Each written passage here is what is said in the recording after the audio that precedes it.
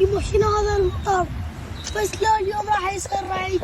اليوم انا اخاف من الرعيد.